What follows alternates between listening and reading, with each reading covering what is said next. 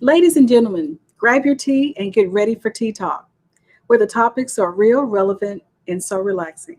It's Tea Talk time, and here's Lady O. Well, good afternoon, everybody, and welcome to Tea Talk. I'm Lady O, and I'm happy to greet you today. We have a wonderful, wonderful show for you. So listen, go ahead and share this with someone else on another one of your pages or with somebody that is, after we get through the title, let me tell you the title first, and then you'll definitely want to know who to contact. And pretty much it's everybody. Let me ask you a question. Have you ever thought about starting your own business? I know I have many times growing up as a little girl, I thought I want to own my own business. And especially when I started working in the workforce as a young girl, and everybody's telling you what to do. And you got these supervisors, it's like, I want to be my own boss woman. I want to start my own business. Or maybe you've thought about from your church or from just your entrepreneur position of starting a 501c3. Well, our guest today is going to talk to you and give you all the information that you need to really do it right and go ahead and give you the courage to start that business or to start that 501c3 the right way.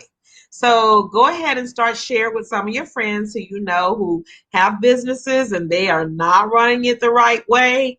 They need some help or they're thinking about it. And even if they're not, I always like to tell people you need to have this information in case you ever do decide you want to do it or you want to partner with somebody. So you will do it the right way. You will be successful and you won't get into any trouble with IRS if you know what our guest is going to be teaching you today. So, like I said, go ahead and have some other people sign on. Let them know that they need to see this. They need to be able to help. Even your churches. Some of your churches are wanting to start 501c3s. And they've got the one for the church, but they need to start a nonprofit that is community oriented. Well, this is the place that you need to be where you can learn all that. So let me go ahead and introduce our guest for today. She is phenomenal. I mean, I believe God called her to this as I have known her for many, many years. Too many years to talk about because then we'll start to date ourselves and tell you how young we are, right? We're not about to do that. But anyway, she's none other than Chris King, a very, very wonderful person and dear friend, as well as one of the members of First Metropolitan Church. And she has been there for a long time. And since I've known her, her whole thing has been about starting businesses. And she is an entrepreneur, very creative and smart, talented, and she's generous. That's the other thing. She's so generous with herself and her knowledge that she wants to help. So she's a teacher. She has not only started her own businesses, and I'll let her tell you about them, but she's also great with accounting and numbers, which I am great with being creative, but numbers I'm not. She is. She knows a lot about the law with the state of Texas. So, and some other states as well. She's had some companies in other states, but she's just one that's always starting something new, and she has perfected it and started another business of advising and helping other people with helping them get started. She has worked for the Small Business Association and helped so many people. So without further ado, I want her to introduce herself by telling us more. So let's welcome Chris King to Tea Talk. Hello, Miss Chris. Welcome to Tea Talk. I'm so happy and honored that we finally got you on here. We've been trying to get you on here, about a year? And the times kept not jiving with us, but welcome, welcome, welcome. Tell us about yourself and what you're doing. Thank you for having me. Well, thank you. Hello, everyone. God, oh man. First of all, I've been with First Met when they first moved into the new, the location they're at now. So 1999, something like that. 98, I think 98, yeah. Sent by Pastor Stevenson when he took a pastorship in San Antonio. and I've been there since. Yes. So, and when I came there, I was at the airport, and I had just went into my business ventures then. I opened some small bar and grills in small airports, Tyler and Texas A&M, and Beaumont, the Golden Triangle, and then a franchise in San Antonio Airport, Popeyes. But unfortunately, 911 took me out of the game because the small airports couldn't sustain us. So I switched over to using my trade that I am already skilled in, is accounting. So I went into nonprofit with Northwest Assistance Ministry, and I was there for a while as their grant accountant, and then went over to Small Business Development Center as a business advisor. And the whole time I had my business and on the side, and I still have it. And now I'm an instructor, a professor at Lone Star, and I do my business on the side. But I share all that with you to say, I take everything that I learned and I like to share it with everyone else. Exactly. Yeah. And I love it too, because you are a multitasker. See, I'm like that too. I just can't do one thing. People say you're doing too many things, but God has gifted me in so many ways. And I am wanting to channel it down so I can focus on just one or two.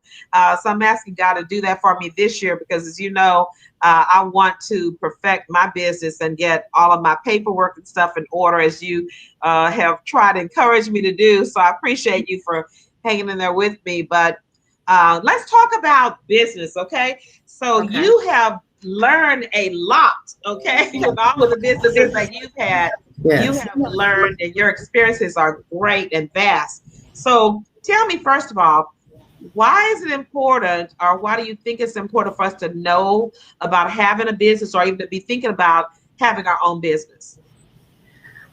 Well, first of all, it's important to want, if it's in your heart to want to, passion to have your own business, then yes, go for it.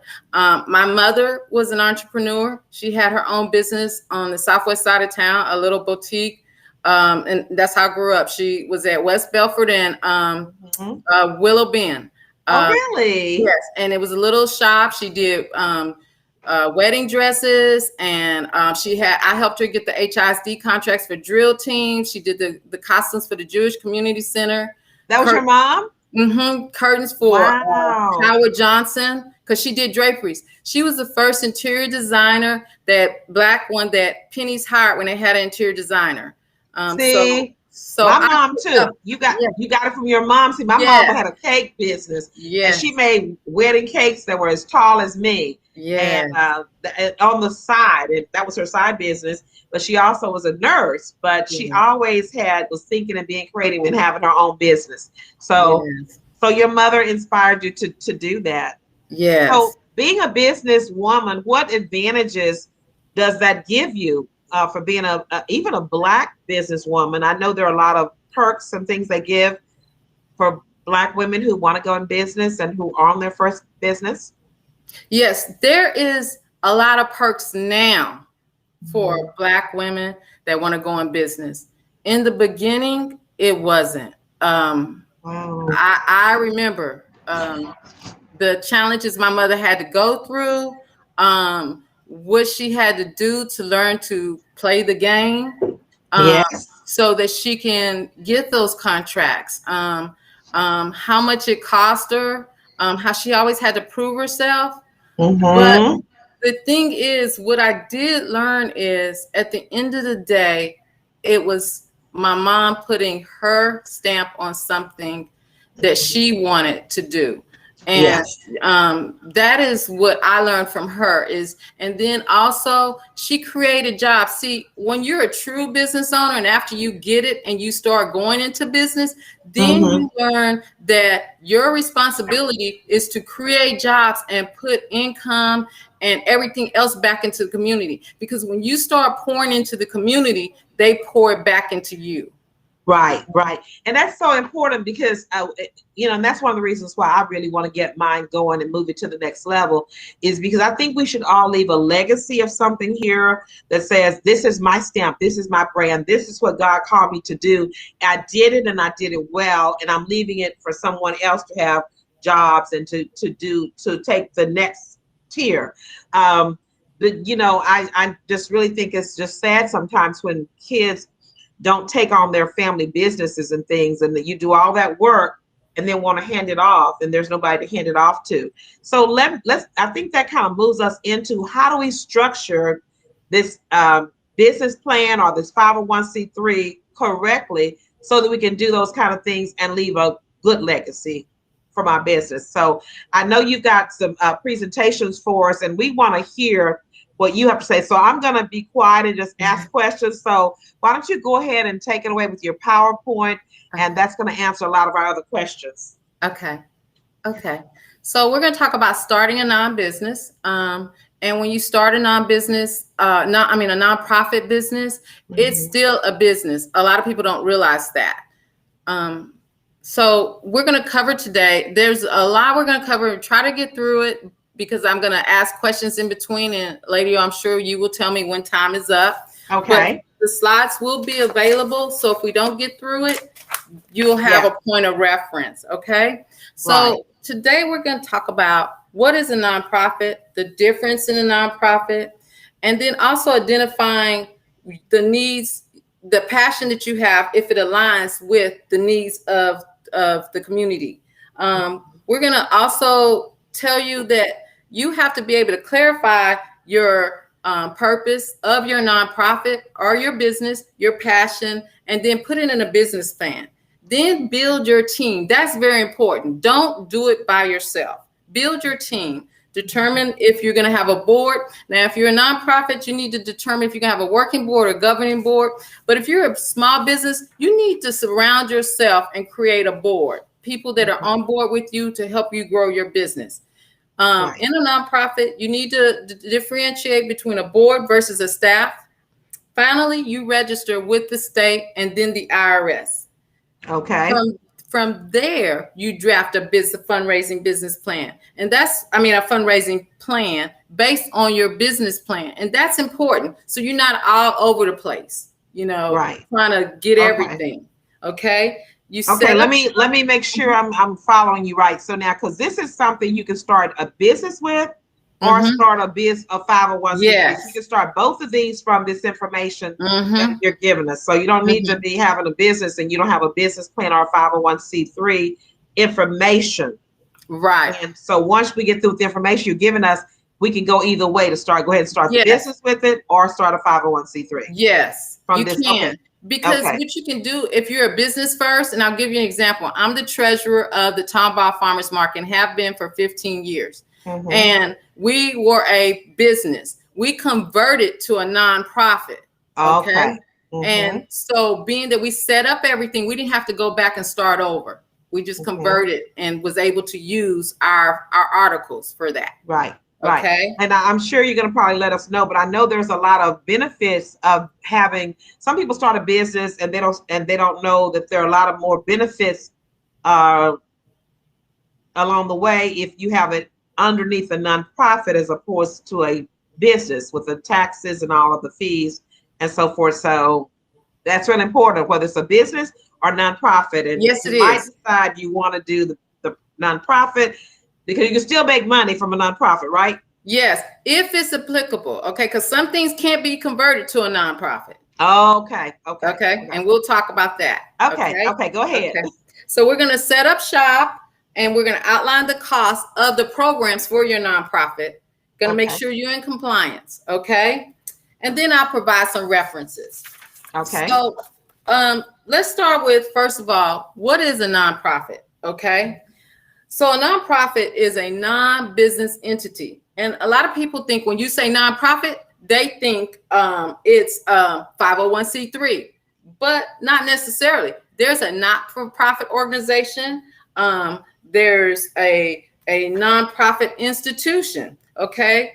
The benefits of being a nonprofit is, of course, the tax exemption that Lady O was talking about, status that you get from the IRS. But you can be a nonprofit or a not-for-profit. And if you have not applied for that tax exemption from the IRS, you're just a nonprofit that doesn't get the tax exemption. And we'll go into that later. Okay. It's very important. It's a lot of papers you have to file to get to that status. Okay. But the bottom line is nonprofit businesses are focused on a mission. They have a social cause, a shared goal or a mission, okay? They're not operating to make a profit, but they do make a profit. There's a difference. They're not operating to make a profit, but they do make a profit. It's what they do with the profit afterwards, okay? Okay, so then there's the different types of nonprofit. There's, when you go to irs.gov, there's the 501c, and then it breaks it down. The not-for-profit organizations exist for private focus groups, such as Black Lives Matter, the Homeowners Association, Interfaith Chapel Ministry. Well, no, that's not. Labor unions, okay? Chambers of Commerce, some childcare related organizations, or different 501. As you can see, there's a 501c5, 501c6. They get these tax exemptions, but a different way, okay? So they have to apply differently.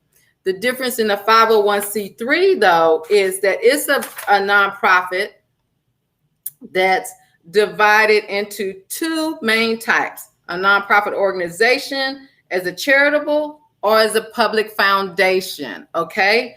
I'm sorry, next slide.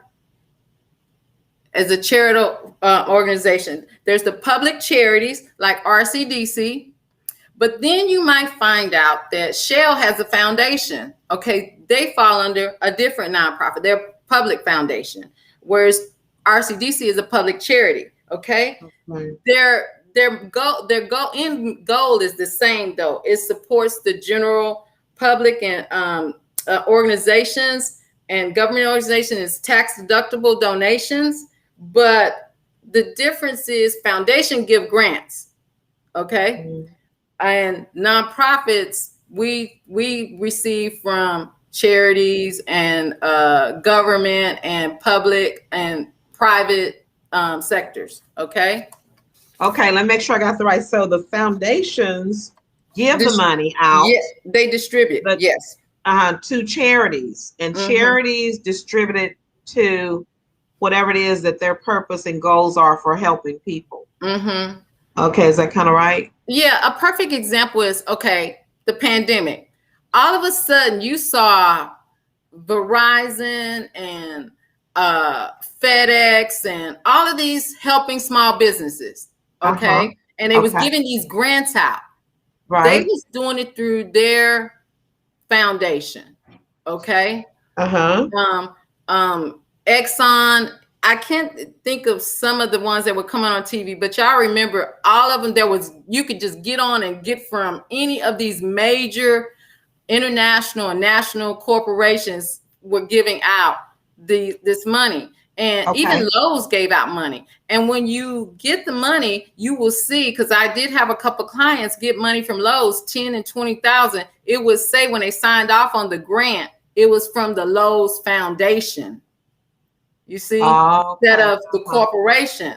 And that's how they have their tax deduct. They're doing their part, okay?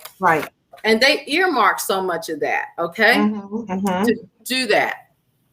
Does anybody have any, Lady O, that was a good question. Okay, good. Good.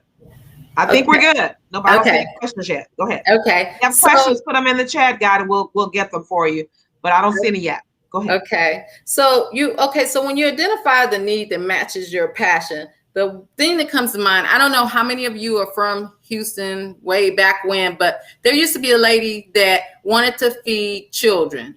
So she made these sack lunches. Yes, I remember. Okay. It was called Kid Care. Okay. Yes. That was her passion. Now she had to check around. She started just doing it. Okay. And she started passing out lunches. And what she did is she met a need in the inner city, because even though there was Houston Food Bank and there was free lunches at school, kids were not being fed in the summer. They were not being fed on the weekend. They were not being fed when they got home, for days off. So she just created a need. And it was a passion. Right. And so that's what you have to do first. If you want to do a nonprofit, you have to see does anybody else do it? Am I Okay. meeting a need? And Mhm. a lot of times you just give from, like she did. She did it from her own kitchen until Right. people started donating. Okay, that's one example. Another one is NAM, Northwest Assistance Ministry. Their mission is to shelter single parents and families in need of shelter. Okay, Right. and Mhm. also to help people out of domestic violence, flee to Right. flight. I think that's what they call it. That's their need, and to help children that are not being medically tended to. And they meet the Northwest community. That's their niche right there. Right. And so that's how they align. You have to see where you align. And this applies even in the business too. You got to see, am I meeting a need? Is this a service or a product that people have? Does someone else have it? You have to see who your audience is. What's different in a nonprofit and a business is, in a nonprofit, you have to make sure that it's not other organizations out there doing it, because if there is, then you won't be able to get the nonprofit classifications and everything you need, because there, foundations and the government's already saying, oh, we already have that. So We already take care of oversaturated. that. Yeah. Right. Mhm. It's not meeting. So it's got to be a need. Right. Yeah, So it's not a you need. got to make sure that need is already been met, already saturated. One example of that is that we used to do the school supply, and we were doing that before anybody was doing it really big. And then George R. Brown started doing it. These different big nonprofits started doing it. It was like people weren't coming to pick it up, not because there wasn't a need. It was just that somebody else was meeting that need in a bigger way than we were. So we said, okay, let them have it. It's no sense in us opening up and we're packing out maybe 25, 30 backpacks when we got 200 here, and people they're going somewhere else to get something else, a bigger place. Yeah. You got to reevaluate too, make sure you're still relevant. Yes. And so the easiest way to do that is do a SWOT analysis. You even do a SWOT analysis on your business. And a SWOT analysis is your strengths, your weakness, the opportunities and threats. Now, everybody will say, well, I'm the only one doing this in the whole wide world. No, you're not. Trust me. God blesses so many people with the same gift. It's that some people just don't jump on it and other people do. So you got to make sure that somebody else didn't already jump before you did. Or are they just servicing something over on the east side and you need to service somebody on the north side? So you need to see, do a SWOT research. Okay. Research. So you got to make sure it's a need and research it. Make sure it's not oversaturated. Right. And then when you find them, check out their strengths and then say, wait, they're not doing this. I can do this. Check out their weakness. Well, they're weak on this, but I'm weak on this, and see how it lines up. And when you finish, you can say, you know what? I thought I could do all of this, but really there's nobody servicing this little bit over here. Right. And that's how it starts. Okay. Very good. Finding your purpose and your mission. Okay, good. That's right. Who you're going to serve? What is the need that you offer? That's unique. Yes. Okay. So after you do that, what you've done there is clarify your purpose, clarify your mission. You're able to move forward and start. You know what your purpose is. And why is that important? Because when you get into business or nonprofit business or regular business, there's so many people that are going to come and have their suggestions on what you should do. And if you are not clear on your purpose, you're going to take on whatever they suggest. All over the place, trying to do everything. All over the map. I got it. And not doing anything good, but just doing a little bit of everything because that's what everybody wants. Oh my goodness. Yes. And the one thing that comes to mind, and I'll never forget, when I was at the airport in Tyler, this guy came to try to sell me insurance. So he hands me a card and he starts telling me all about his insurance. But he flipped it over and says, but I also do this. Goodness. He had a whole different business. Wait a minute, it gets better. He goes out to his car and gets his product when he knew I had a little gift shop. And he starts trying to sell me that. And I'm like, I don't do business with him. He all over the map. Exactly. So, Those are distractions. Those are distractions. You need to know your purpose so that you can get into writing your business plan. And I know when I say business plan, everybody goes, oh, so yeah. Is there any questions before I go on? Because the business. No, let's go on because of time. We got to. I want to hear about this business plan because that's where I'm stuck. Okay, so the business plan is something nobody really wants to talk about because they think it's just for putting it together to get a bank loan, get a grant, or get just anything. But let me tell you something. If you write your business plan correctly for a nonprofit or for your business, it will be your guide. It will be your handbook. It will be your resource. And the great thing about a business plan, it's a living business plan. You can edit and change it later. Okay. So to start off, you need to because things change and needs change. Yep. Yeah, you need to edit it. I see somebody put, why do you need a business plan? I'm so glad you asked that, Shelly, because let me tell you this. Okay. Anybody that knows me at first and met knows that I get lost if I don't have a map. Okay. A business plan with running a business or nonprofit is like riding in the daylight with your headlights on, going down a ditch with no brakes. No brakes. Okay. No direction. You have no direction. No. Where you going? You know when to stop. You just going. It's that way, and I'm speaking from experience on this. I had surrounded myself when I did my businesses with people that I thought had my best interests. Okay, so they was telling me I didn't need a business plan. If I had a business plan, not just written for the banks, but if I had a business plan when 911 hit at my airports, I know there would have been a different outcome. I would have picked it. Wow. I know that. Right. So long ago, we would say it would be your roadmap. Today, we say a business plan is your GPS. Yes, it is. Yes, it is. Got it. So let me tell you, in the business plan, okay, what is a SWOT analysis again? Strength, weaknesses, opportunities, and threats.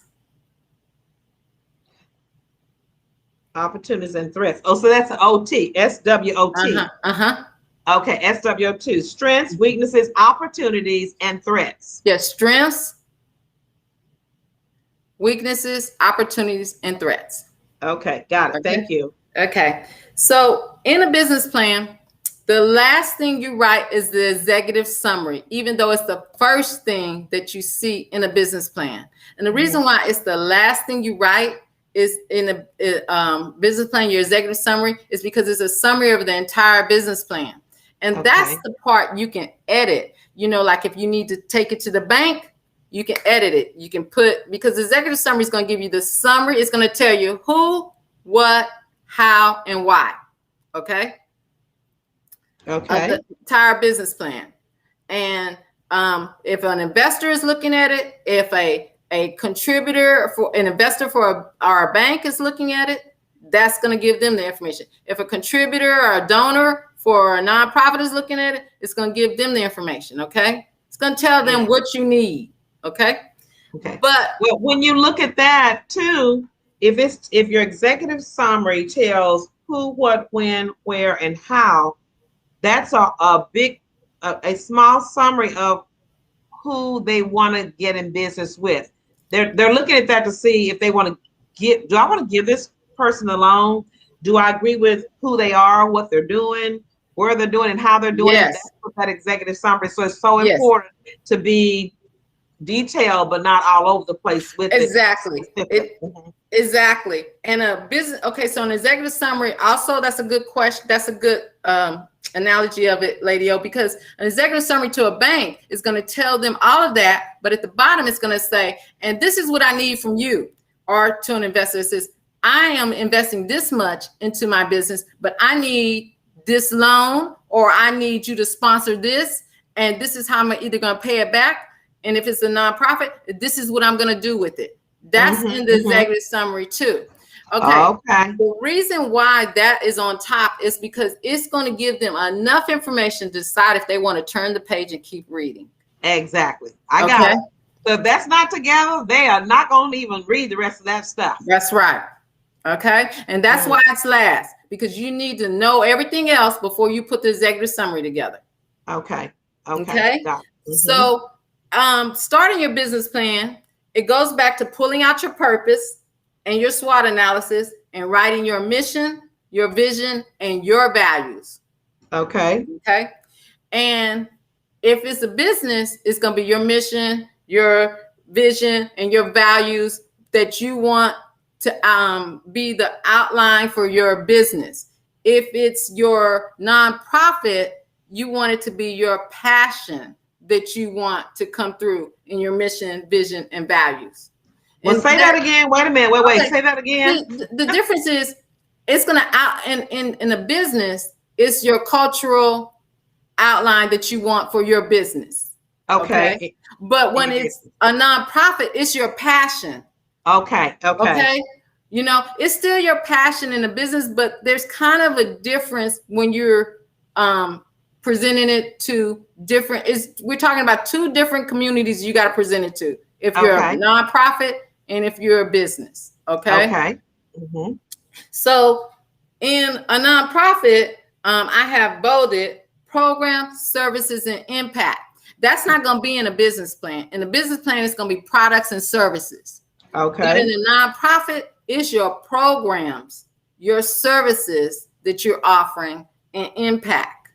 And let me just tell you like this. Okay, so Tomball Farmers Market, our business was to have a market for small farmers and small businesses to be able to come and sell their products and then sell their products. Okay. Over the years, we developed relationships and everything. So now our programs we're setting up is to be able to go into schools and teach them nutrition and agriculture. Okay. That's our programs. Okay. And also be able to open up the markets to low income so they can buy nutrition at affordable prices. Also open up the markets to the backyard farmers that maybe are low income, but they have a little port and they can come and they can vend at the market and make extra cash. So we're teaching we're teaching enterprise, we're teaching nutrition, we're teaching all of that, social economics, all of that with our new programs. Okay. The impact is we're putting back into the community and we're raising up low income to hopefully middle class. We're educating them. We're also teaching nutrition.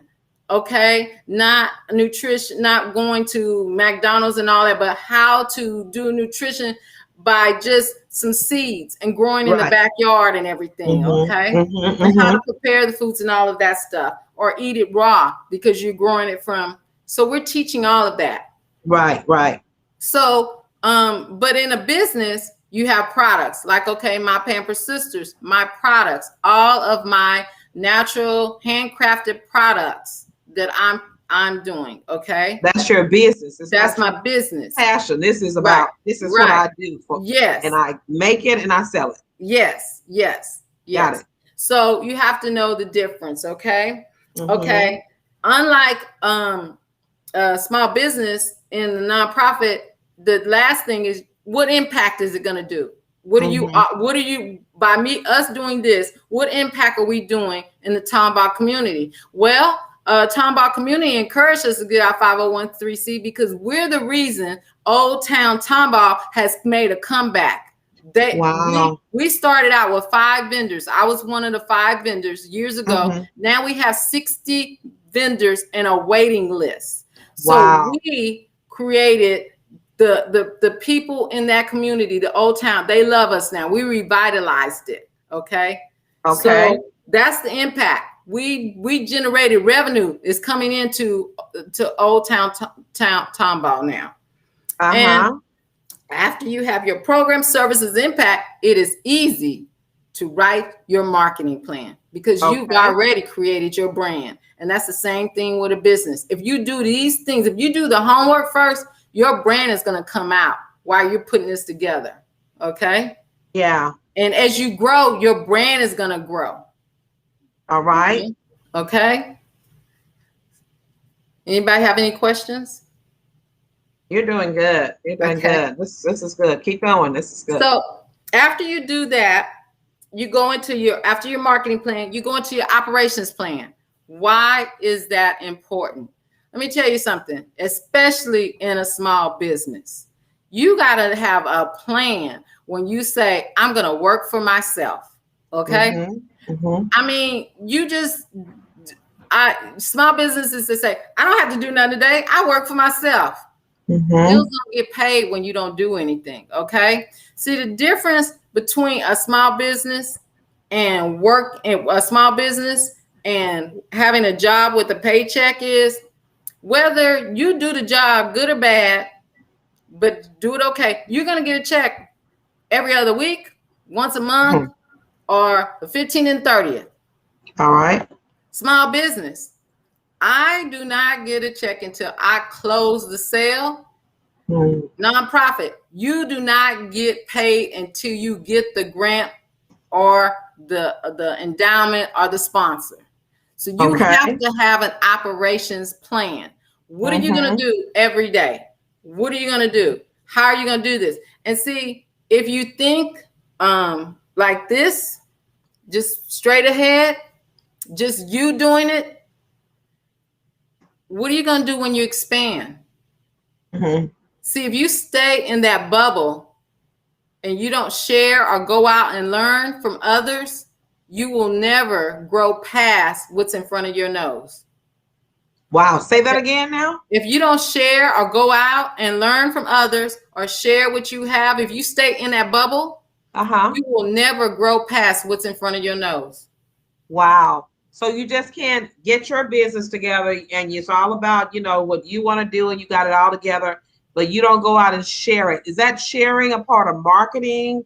Is it a part of learning, researching? It's a part of learning. It's part of researching. It's a part of just building and growing yourself, and also people learning about your business. Because when you share and you give, so I'll give you a perfect example. My mom, my mom, she was up and down. She was a social butterfly. She was in a strip center. She was up and down the strip. She shared everything she had with others, but they also shared with her. Because she shared with others, the reason why she got the costumes for the Jewish Community Center, all the events they did, is because the owner of the strip center, he was Jewish. And my mother was always going down and talking to him. He was a CPA. And he started using him and sharing with him, and he started sending business her way. She went down and started sharing with the guy on the end, the washateer. She shared with him, would give him a little business. He started giving her deals told her how to make her draperies when she finished them, steam them so they look pristine, and package them. You see what I'm saying? Yeah. It's kind of like bordering. That's why we're bordering? Bordering. Bordering. Back in the day, they used to say, okay, if I had a farm and I raised eggs, and then you raise turnip greens, then I'll give you some of my eggs, you give me some of your turnip greens, or you show me how to grow cabbage or whatever, and I'll show you how to do whatever. But I think too, one of the things that we kind of can waste our time on is having a lot of time spent with people who we're always pouring into and they don't pour anything back. It's not that you want to, tit for tat, but it's like you want to make sure your time is spent with people who can add to or help you, or you can help them, or you can help each other in businesses. And so you want to birds of a feather flock together. So if you hang around people that's hanging out in the bar and you're trying to start a business, you're not going to be able to get anything done. Yes. But if they've got a business and y'all can kind of share ideas and things like that. Yes. And then the other thing is, in setting up your operation plan, if you don't know, don't be afraid to say, I don't know. Yes. I don't know that part. Only thing I know how to do is, like, for instance, if I say, only thing I know how to do is make soap. Yeah. I don't know what to do after that. Okay? Exactly. Because how to package it or whatever, you need to ask somebody. Yes. So that's how you make your operation plan from day one. Like, okay, operation plan. Day one, on Mondays, I return all my emails, my phone calls, everything. Tuesday is my manufacturing day. Wednesday is my manufacturing day. Friday, I deliver. Thursdays, I work on my social media. I have a plan. You have to have a plan in anything you do. Okay. So you have to have a plan. You got to stick to the plan. Now we want to make sure we kind of move it along here. Yeah. I don't want to deter you, but I want to make that point very clear, because that's one that I had to look at. You told me you have to, just because you work for yourself, you have to have a schedule, or that time will fly away and you waste it. So you have to say, I'm going to wake up and I'm going to go into the office at a certain time, and I'm going to return my emails on Monday, what you just said. And you have to do that. You cannot be on the phone or on the TV being distracted by other stuff. You are working, even though you're not in somebody else's business. Yes. Right? Yes. Okay. So that's key, to make that plan and write it down and stick to that plan. Right. And I'm both on the plans, on all of the plans, marketing plan, operation plan, and financial plan. Time is money. Right. Even in the nonprofit, time is money. So have a plan. Okay. In nonprofits, your operation plan, you can do a lot of social networking, all of that, but have a plan. If that is not going to lead to something, send an email. Yeah. Okay. The other thing is, I see 18 minutes. Okay. The other thing is, you have to build a team. Okay. You have to build a team, a board of directors. And it's very important that if you don't have nothing else on your board, you have president, secretary, and treasurer. Mm-hmm. Now, the founder, that's you, if you created it, can serve in one of these roles, okay? Mm-hmm. And also, this is where you need to get an attorney. I'm not an attorney, okay? You need to get an attorney and help them set up so that the founding member, you, is protected as the business grows, okay? Mm-hmm. So that as the business grows and more people come on the board and you set up your board, that if they decide it's going a different direction, you still are the founding member, and there's some compensation in there. And I don't know how they word it. I'm not an attorney, but that you're protected because you found it. Okay. Yeah. That's important. Now, what kind of attorney would that be? Just any kind of attorney? Is a business attorney, or what would they get? Okay. So on a nonprofit, it's going to be someone that deals with nonprofits. Okay. If it's a business, you're not going to be the founding member. You're going to be the president or the owner CEO. And the CEO. Okay? Right. Okay. Right. And so once you do all of that, you get your articles in, you file with the state. Okay. Hold on. I don't want to get ahead of myself. The founding member should also be stated on a 1023 if it's a 501c3. That's very important. The founding member must be on there. And this is really, really important. We're kind of moving fast, guys, but when you found an organization, just know when you get a board together, if you get the wrong people on that board, they can vote you out and take over your board. Okay. And I've seen that happen. And it almost happened to us. So that's very important that you put in the articles or somewhere in there how to protect that founding members, so that it will not be stolen away from you. Right. Somebody on the board, evil gets on there and starts talking against you, and they vote you out. Yes. So you got to be so careful how you set that board up to protect. So that's well worth it to get that written, someone to write that in your bylaws and things. Yes. So when you're building your team, next thing you do is, after you build your team, you determine your board. Is it going to be a governing board or a working board? You don't have a board like that in a business. You're just going to have a board, a president, a secretary, treasurer, and all that. But in a nonprofit, you have to decide if you're going to have a governing board and a working board. Now, most nonprofits start off with a working board, and then when they grow, they have two boards. They have a governing board, which sometimes they call an executive board, and they have a working board. Okay. And it's just like it sounds. The working board is going to do all the actual work of running the nonprofit. And that's usually in the beginning what happens, because you're contributing your time because you believe in the passion and the mission and everything. Okay.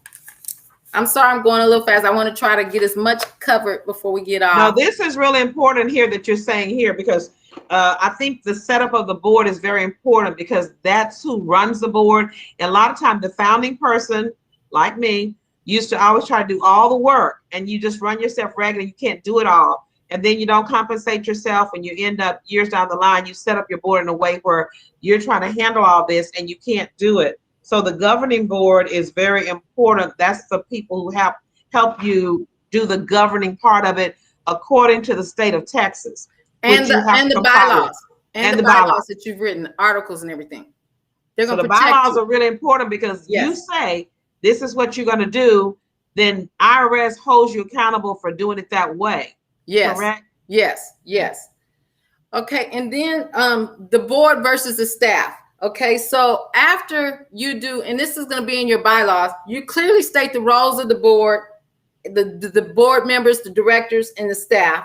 Okay. But board members, directors can't get paid. Okay. And I'll give you a perfect example. The Tomball Farmers Market, I was a vendor there. Once we decided we was going to start converting to a nonprofit years ago, they asked me, I was the treasurer.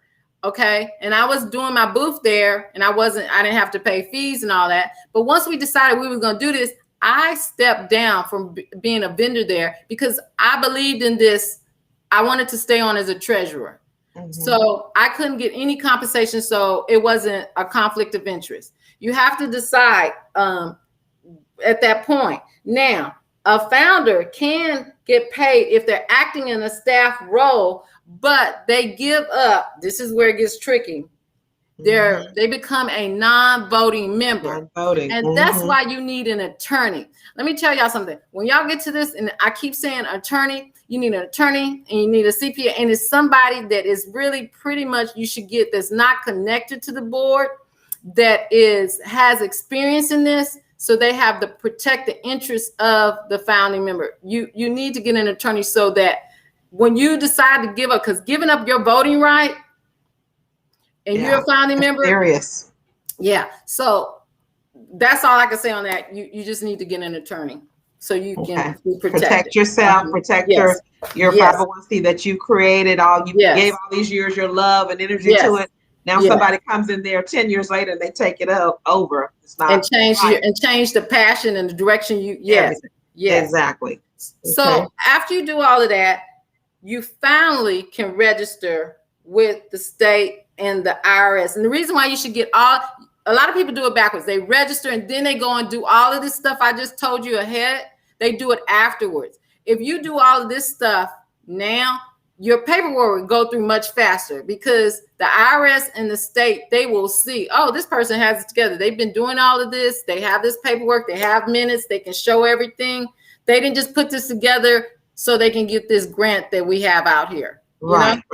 Okay, so you file first with the state, and then you turn around, you file a 1023 with the IRS so you can get your 501c3 classification. Okay, now once you do that, you draft a fundraising plan, because you've done everything else. And the fundraising plan, this is how you should do it. Base it on, in your business plan, your programs that you want to do.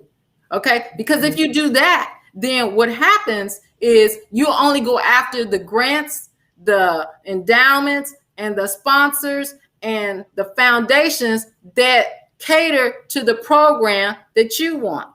Okay.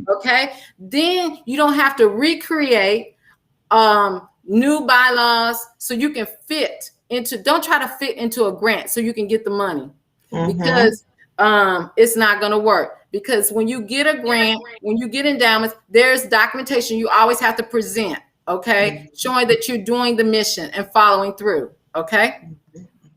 So that's why your business plan is important, Then now, let me ask you a quick question that I know has come up before about grants. So you were saying find the grants that match what your passion or what you're doing. How is the best way to find grants that match what you're doing or what you want to do? I'm glad you asked that question. The best way is, after you set everything up, is hopefully while you were setting up your board, you found a star that comes in and they said they have those connections to go. Connections. Your board members have connections. Your connection, that, or there's someone that wants to volunteer and they're connected to those individuals, organizations, and foundations that can they can put you in front of the right people so that you can get those grants. Yes. And I've been held that too. It's very important who you put on your board. You want to put people on the board who are actively involved in doing things and know people, and they can get you connected and so forth, and know how to do grants and know how to do. So it's not just a person because you like them or, you know, they're a nice person. What can they bring to the board to help you accomplish your goals? Yes. And so.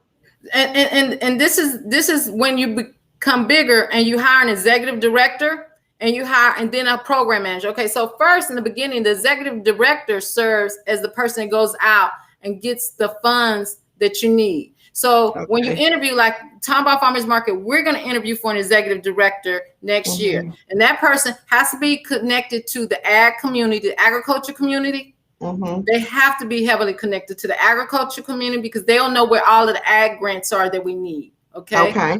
And they have to also be connected to somewhere in the nutrition, children, all of that, because we those are the kind of programs we want. Okay. So then after we get to that point, and see, their salary is going to be based on what they can bring to the table, and their references are, when we look for someone like that, what they've already produced at other things. That's how you look for that person. Then, after you grow even bigger, you're going to need a program, because you're getting all these programs now, all these grants. You're going to need a program director that knows how to manage those programs. Okay. So that is what, when you're putting your grants together, your campaigns and all of that, then those positions line up with that. You have to be keeping that in mind when you're setting up how you're going to do your fundraising and everything. You have to look completely ahead. Don't just go after the grant itself and put all your concentrating on bidding on the grant. After you get it, if you don't have the now what, you're going to fail. Okay. Now what?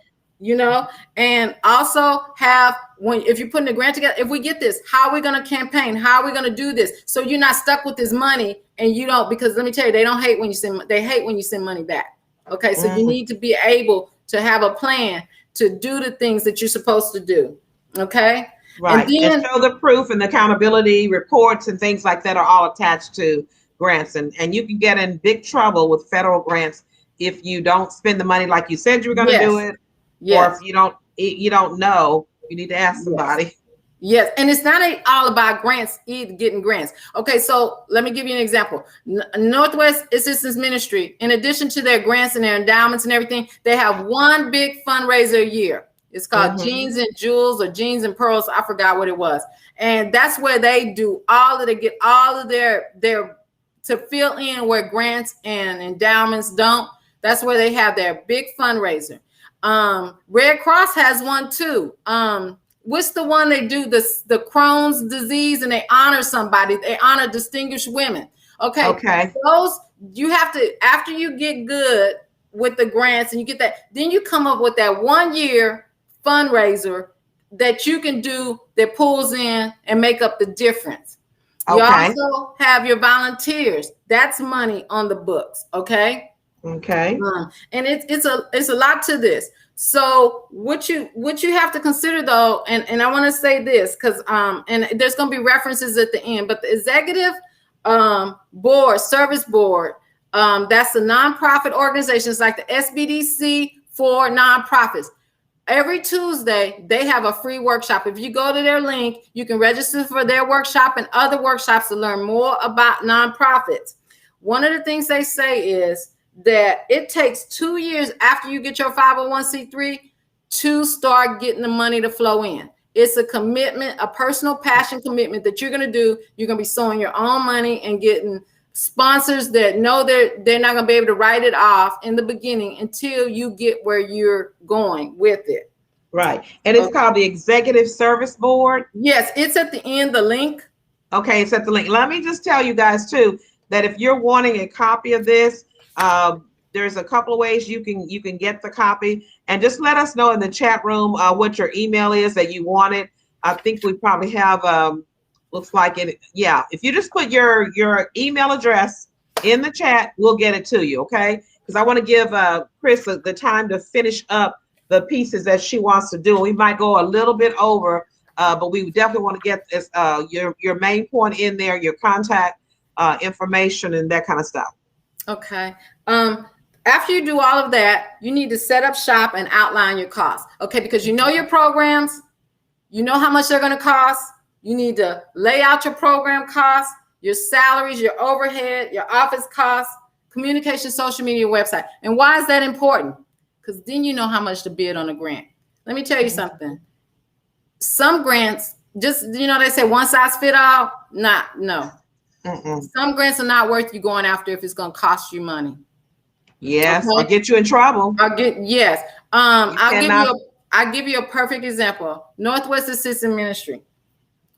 I told you what they go after. When Chris Brown, Rihanna situation, the government did a huge grant for Flight to Fleet. Okay. And we could get the money. Okay. So we bidded on it, and we got I think it was like 3 million or something like that. Okay. The next year they said we can get the money, but they wanted us to dedicate half of it to more social workers for the grant. Now, why is that important? Okay, most grants only want you to spend 10% or less on administration. Exactly. That's payroll and everything. You got to get the other from endowments and all of that. Okay. So for them to want us to spend half on social workers and everything, when that grant is over, we got these 3 people offices we built out, moved people around. Right. It's not worth it. Exactly. It's not worth it. And some grants are not worth it taking. That's what you're saying. Just because a grant is there and it's a lot of money, it's not worth it. Your time and effort, especially you cannot do it, or especially if they're asking you to do something unethical or something that goes against your beliefs and whatever, or that's going to cause you more headache than it is to benefit. That does not go back to your purpose, your original purpose. Mission, and your passion, and when you start going off the road. That's why a business plan is so important. Right. Let me tell you, it is so important because the IRS, I think that's the last one, the compliance. Go ahead. You have to file a 990. Okay. You have to have board meetings and minutes. But more importantly, when I was a grant accountant, I was audited. I had audits at least once a month from Harris County. We had grants from Harris County, City of Houston, federal, and then private. And so once a month, somebody was auditing us. Okay. Wow. So every month when we received checks, I had to break down. I had a spreadsheet of general administrative overhead and administration. Okay. Like this, so much was the light bill went to this grant. So much of this salary went here. I had to attach all of those bills, go through the payroll roster, delete, highlight it, mark out everybody's names, but show their pay and how much went to this grant, how much went to that grant. It's work. It's a lot of work. And then people, and that's why I was going to ask you too, because we're getting close to the end. But I know you have you're doing accounting for your own personal real job, but so are you doing any consulting or personal one-on-one with people who might want to have? Because I know that's the biggest part, is setting up the budget and keeping the spreadsheets and things filled out, set up. And do you help people get their structure set up? I do. Okay. I take on clients, but I do limit. Like I have 4 now that I'm working with, and because I'm just doing their QuickBooks for their business. Right. But I do have like 2 that I'm writing business plans for. So first thing I always ask the person, when do you need it? If they say yesterday, I say, okay. It was nice knowing you, huh? Right. Because I don't want to waste your time if you need it yesterday. Yeah. You should have called me last year. Okay. Yeah. But if you say, I have 6 months or whatever, And then my next question is, are you going to participate? Because let me tell you something. Yeah. It's your business. It's Yeah, your you got to nonprofit, get in your there and business. work. I'm not going to Exactly. write your mission, vision. You got to tell me I can help you. We get through it. You're going to have a finished plan when I finish, and I'll put the financials together. But there's some meat and potato that I'm going to need from you before I can From the season beginning. it. Yes. Exactly. And Yes. listen, guys, if you do, we have her website here, pamperedsisters.com, and she has some other products that she does in her own business. You can look at that. We'll have to have her back again to talk about Pampered Sisters. I didn't want to get off into that and get it confused with the 501c3 because I know we had so much to cover, but we did cover a lot, and I think we got a lot to go from. If you get all of these things done, then you're ready to start a business. But if you don't have these things done, you really want to reconsider actually starting a business. I have been very hesitant because I haven't done my work yet. And Chris has already told me what all I need to do. And like I said, I haven't done it. I admit I didn't do it. So I'm not going to waste your time until I get that part done. And so don't give up on me. I'm going to do it. I'm not. Okay. All right. Well, Chris, it's been my pleasure to have you today. You're an amazing, phenomenal woman. We want to thank God for you and what you do and give back to the kingdom. So listen, guys, if you want that information, if you just give me your email, we'll get everything to you. And you see her email is there. You can look her up. And if you look her up, then you need to have, your stuff ready, and you need to be willing to pay for her services as well. Right. Thank you, Chris. And thank you guys for joining me today. Remember, like, click, share, comment, and share this with somebody else so that they can start their own business, be an entrepreneur. And that's the way you're going to gain wealth. We love you. We'll see you next week at 3 for Tea with Lady O.